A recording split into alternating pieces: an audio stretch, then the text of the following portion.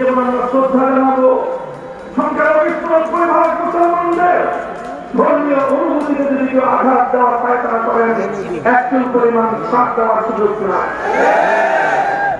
ভারত কয়েকদিন পর পর আমাদের প্রিয় নবী ইজ্জত নিয়ে ছিনিয়ে খেলে নূপুর শর্মার ঘটনার বেশ কাটতে না কাটতে রঞ্জি মহারাজ মানে তারা নবীকে কটাক্ষ করেছে।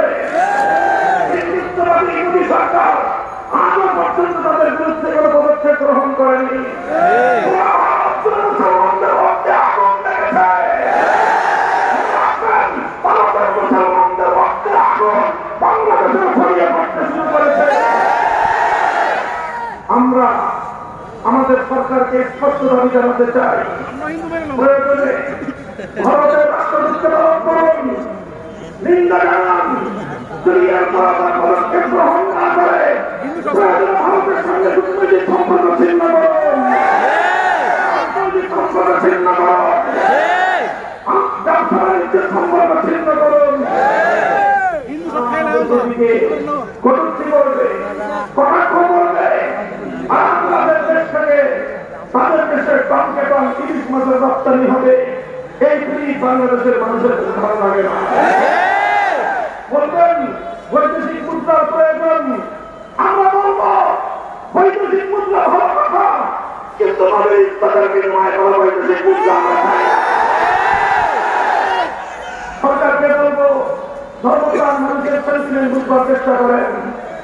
আমরা প্রতিকূল প্রতিবাদকে বাংলাদেশে পুনর্বাসিত হওয়ার কোন সুযোগ দিতে চাই না। এই জন্য অন্তর্বর্তীকালীন সরকারকে সকল ক্ষেত্রে সর্বোচ্চ ধৈর্য ধারণ করেই আমরা সহযোগিতা করছি এবং সামনের দিনেও করে যাব।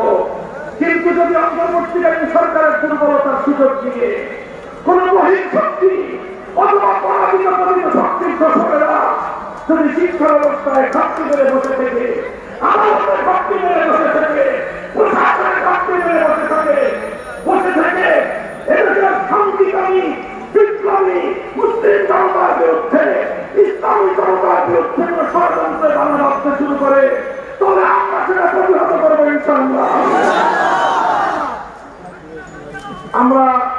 আমরা আন্তর্জাতিক অপরাধ ট্রাইব্যুনালের যে আইন সংস্কারের নামে কিছু নতুন ধারা সংযুক্ত করার প্রস্তাবনা করা হয়েছে।